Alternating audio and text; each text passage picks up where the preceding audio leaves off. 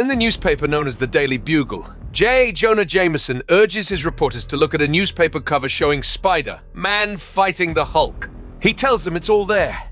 The single story in an image, the pain and the pathos, the sound and the fury, the rage and the arrogance. He stresses that if a picture is worth 1,000 words, this one's worth 2,000. The Hulk versus Spider-Man, the story of the year. Still, he tosses it aside, remarking that this was last year's story. This year, today, it's all about mutants. Evolution's little joke on humanity. Homo sapiens superior. People born with superhuman powers. Jonah recounts what they all saw on CBNC an hour ago, at 7 o'clock this evening. The government program called Operation Zero Tolerance rolled into action and attacked the outlaw group called the X-Men. One of his reporters reminds him that, according to the news, the X-Men attacked first. Jameson argues that the first rule of journalism is, don't believe what you see or hear from anyone else, least of all the television news. Jonah goes on to state that he didn't become publisher of one of the nation's largest selling newspapers by reporting what he saw on TV. They're reporters, which means it's up to Daily Bugle to get the story. The real story, and not what some idiot with makeup and blow-dried hair tells them, is the story. It means they do the research. They separate the fact from fiction. They make sure every word they print is the truth, the whole truth, and nothing but the truth. Jonah admits that's why he became publisher, and that's what he lives or die by. However, he also admits he'd be just as happy if every super-powered Yahoo in a mask and cape fell into an open volcano. That's not what that lunatic Bastion and his internationally endorsed zero tolerance is about. It's about witch hunts, scapegoating, violating human rights. Most of all, it's about a reporter named Nick Banduveris disappearing when he got too close to their connection with Graydon Creed. Jameson also reminds his reporters that Creed was a presidential candidate back then, and now he's also dead. Jonah is confident that something about Bastion and his holy crusade stinks, like yesterday's garbage. Listening to Jameson's passionate speech, Joe Robbie Robertson contemplates that Jonah may be an arrogant, hot-tempered, judgmental son of a gun. But they have to give him credit for standing up for what he believes in. Jameson informs them that Ben Gyrich is on his way to Washington as they speak, trying to figure out what in blazes their elected officials are doing about all this, and why some of them even support Bastion. He also informs them that the X-Men known as Cannonball and Storm are being kept somewhere by Bastion's men. He wants his reporters to find them. He wants Ellis to get a reaction on this from the Thunderbolts, if they're at home. He also asks him to see if anyone is at the Avengers Mansion. Squeeze a statement out of District Attorney Tower if he has to. He then asks from Yin to check with Dr. Swan at Empire State University on the authenticity of those satellite transmissions. Jonah believes it's a little too convenient. The images started after the X-Men's alleged attack. It's fine that people are afraid of the X-Men, but when he sees an all-out military operation like this, he feels it's their duty to get all the facts. He asks his reporters if they got it. They assure him they do. Then stop standing around here! We got a newspaper to put out, people! He snarls, and everyone hastily gets to work. Jonah asks Robertson where Parker is. Robertson explains that he sent him down to the CBNC studio to get a photo of Henry Peter Gyrich, the special federal agent attached to superhuman activities. Good! That's why I pay you the big money, Robertson. Jameson replies in satisfaction. Robertson reminds him they need a new headline and asks for any preference. Jameson tells him to call it Declaration of War. Lower Manhattan! Peter Parker, part-time photographer, part-time student and full-time Spider-Man, is in an alley, crawling on a wall, with a camera hung around his neck.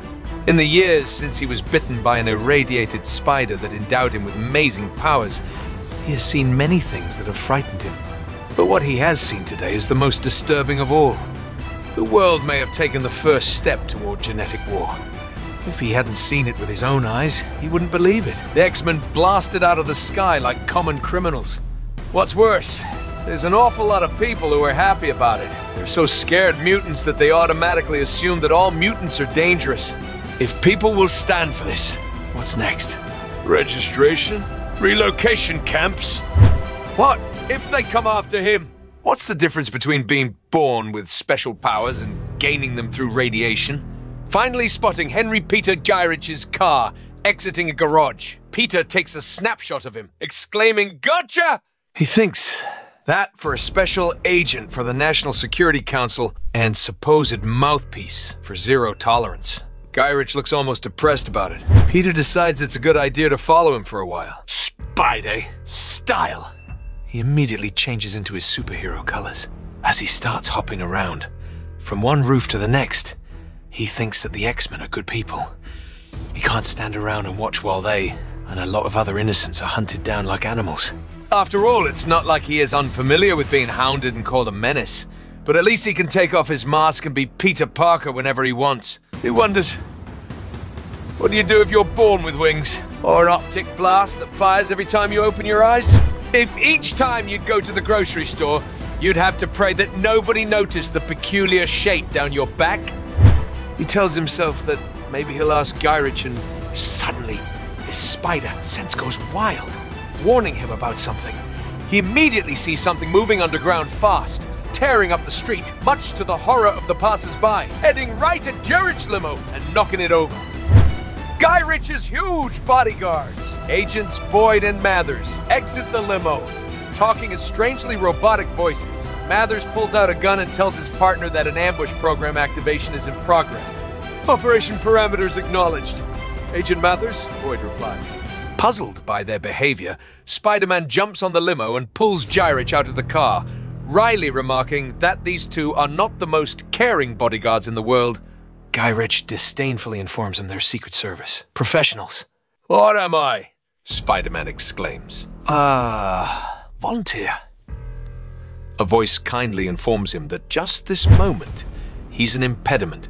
The voice belongs to Marrow, who's just emerged from the remnants of the pavement together with Callisto. Nice talk, lady, Spidey replies. They're not here to talk nicely. Marrow clarifies that they're not here to talk nicely. She also introduces Callisto and herself to the Upworlders. Callisto tells Gyrich they're here for him. As a representative of Operation Zero Tolerance, Gyrich has effectively declared open season on mutants. Being representatives of the Homo Superior, Marrow and Callisto hold him accountable. Back in the Daily Bugle, Jameson is over at the phone with Senator Ralston. Jonah is furious that the senator is stating no comment regarding the recent developments. He is shocked that some of Ralston's peers in the Senate have thrown their support behind a man with a messiah complex, and no past, and Ralston has absolutely no reaction to this. He wants to know what Ralston would say if he told him that Bastion may have had one of his reporters killed.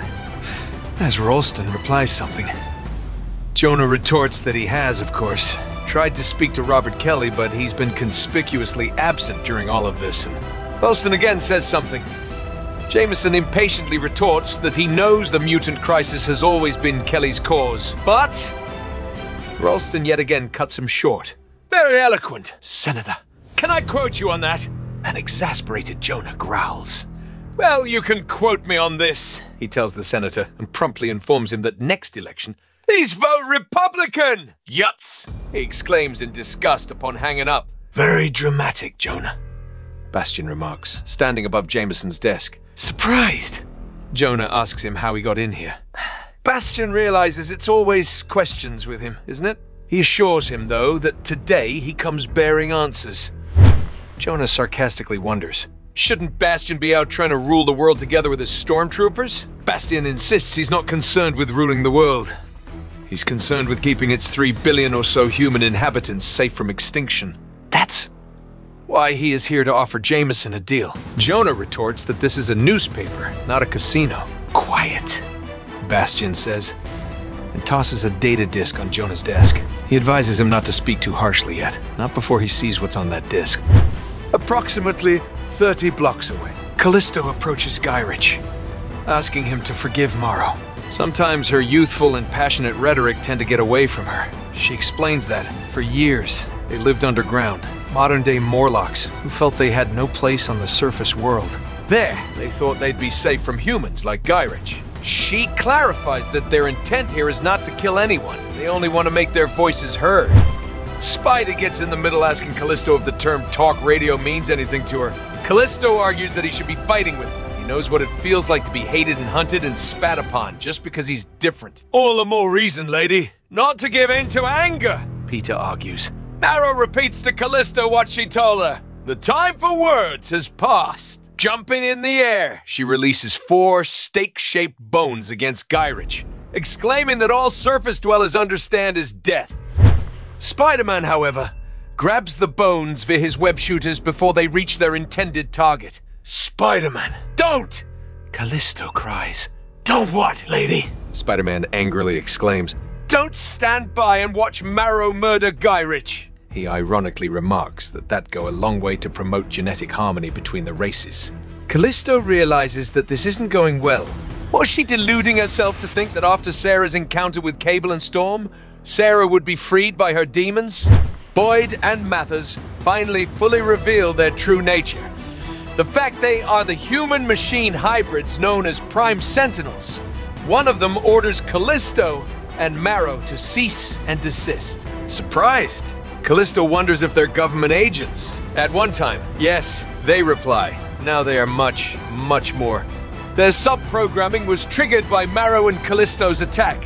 They've now become Prime Sentinels. Nimrod Battalion. They are their executioners. The Sentinels analyze Marrow and Spider-Man with their systems. A target, mutant, designate. Unknown and an obstacle, designate. Spider-Man. The appearance of a police car distracts Spidey and Marrow, and the Sentinels decide to take full advantage of it. And strike! They instantly fire at them with bio blasts calibrated for specific genetic matrices. No! Callisto thinks she's witnessed too many deaths. Lost too many of her own kind. She decides she won't stand by and let it happen again. As she quickly rushes forward, she prevents the bio blast from reaching its target, taking the blast that was meant for Marrow. As Marrow approaches her, Gyrich realizes she's still breathing. Spider-Man believes they have to get her to a hospital. With a weak voice, Callisto urges them not to worry about her and end this now. At the Daily Bugle, Bastion tells Jameson it's all there, in the disc. All the available information Bastion's gathered from a reliable source. This is everything he's managed to decrypt so far regarding the outlaw X-Men and their known associates. He assures Jonah there's information of far greater consequence that he's as yet been unable to translate, but he will. He tries to tempt Jameson with what's contained in the disc, the monsters feared by the public outed with their public identities. He tells Jonah this is the story of the year, Pulitzer Prize material, and Bastion's handing it to him on a silver platter. He further teases Jameson by wondering what reporter could have given this to him. All Jonah has to do is print it.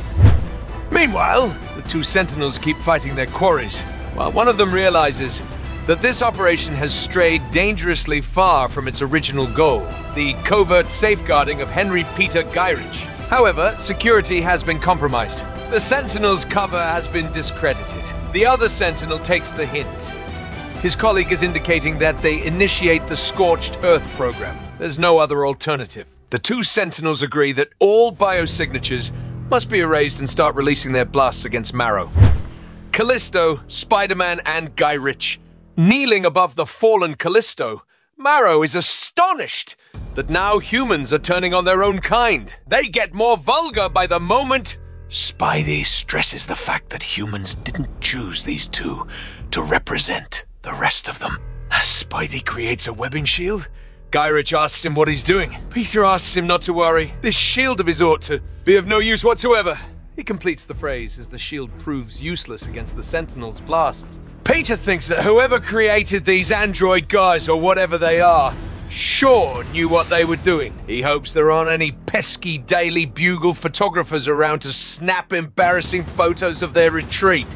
As he avoids another blast, he urges Gyrich to duck, taking cover behind the police car together with the policeman. Peter assumes that Gyrich didn't know these guys were some form of Sentinels. Of course not. Gyrich retorts. He explains that these guys were considered 2 of their best agents. He suddenly realizes in shock that these 2 were the same 2 who were guarding Graydon Creed when he was assassinated. Spidey tells Gyrich and the officer that he'll hold off Dumb and Dumber as long as he can while they get out of here. Prepared for battle. Spider-Man tells Marrow that he'd appreciate it if she kept those bone daggers of hers out of his back. Sarah assures him she will. If he tells her one thing, why is he doing this? It has nothing to do with him. Peter asks her if she wants the real answer or the witty rejoinder. Either, she replies. He explains that a long time ago he learned that with great power comes great responsibility. Sarah finds this a foolish motto to live by. One of the Sentinels announces that all his internal energy has been rerouted and diverted to a wide-band beam. They must prepare to die. The Sentinel is about to release the lethal blast, and both Sentinels are shot and collapse to the ground.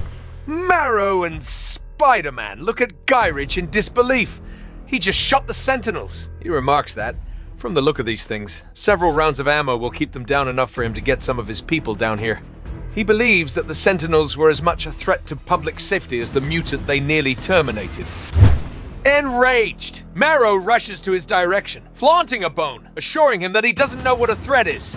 For years, they've been afraid of mutants, hated them. Thus, many of them decided to hide to try and fit in. She proclaims that these days, like their pathetic lives, are over. Terrified, the officer wonders if that's what they get for spending all their shells on the Sentinels. However, Sarah's ankle is suddenly entangled in a web, courtesy of Peter. He maneuvers his web and slams against her wall, telling her he's got one word for her. Calm down, lady. He assures her that no one argues with the fact her friend is hurt, and that's bad. However, Callisto was slammed trying to save Marrow's life, and that means Peter is not about to stand by and watch her throw it away. Got it? He asks her. Marrow retorts that what she got is a reason to kill him, too. In his office, smoking a cigar, Jonah tells Bastion it's not that simple. He explains he's already knee-deep working on his own story for weeks, ever since Bastion tried to scare him off of Creed a few months back. He tells him it's all here in the computer, under Bastion. Bastion remarks, "This is pretty impressive." Jameson tells him there's nothing there. He finds it pretty curious that the man who has managed to ingratiate, intimidate, and dominate his way into a position of power in over a dozen countries doesn't even seem to exist. Jonah clarifies he's been a reporter most of his life. His guts tell him that Bastion is the story. Jameson remembers sending a reporter to Europe a few months back to try to uncover some facts about Grid and Creed, but he didn't make it back. Neither did his story. Jonah knows that someone made sure of that. Someone who would do anything to promote his secret agenda. Someone who would kill to keep those secrets. Shocked, Bastion realizes that Jameson is destroying the information he's offering him. Jameson disagrees. He's postponing it. He has every intention of learning everything there is to know about Bastion. About his reasons for hating mutants. About the X-Men themselves. But he has no reason to take the word of a murderer. Setting the disc ablaze with his cigar, Jameson clarifies that the Daily Bugle's soul isn't for sale. Jameson himself isn't for sale. The printed word has tremendous power, and that power comes from the truth, not from someone's ability to twist that truth to manipulate it from his own end. He then tells Bastion to get the blazes out of his office before he throws him out. He assures Bastion of one last thing before the latter goes. He will see him charged with Nick's murder. Meanwhile, Spider-Man tells Marrow that if he thought her killing him was going to stop her from hurting other people, he might even let her do it. Angry, Marrow asks him how he knows what she feels. Spider-Man knows very well that she's not the first person who's ever been hated for being different. He lets Marrow in on a secret.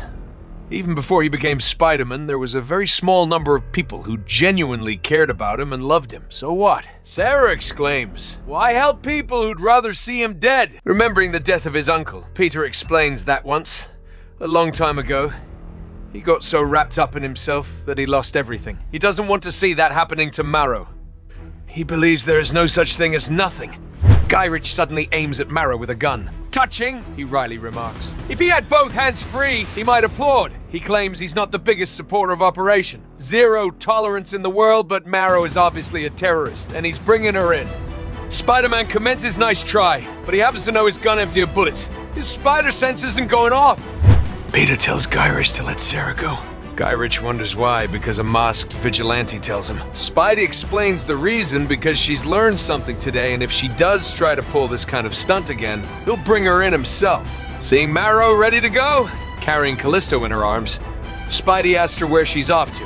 Gyrich believes that Callisto needs a hospital. Marrow disagrees. Callisto needs a healer. Needs to be among people who can help her.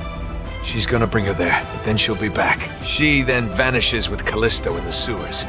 At the Daily Bugle, Robbie puts out the fire in Jonah's desk with a fire extinguisher. Robbie asks him what this is all about. As Jonah remains silent, Robbie calls his name. Nothing. Robbie, it's about nothing, a brooding Jameson replies.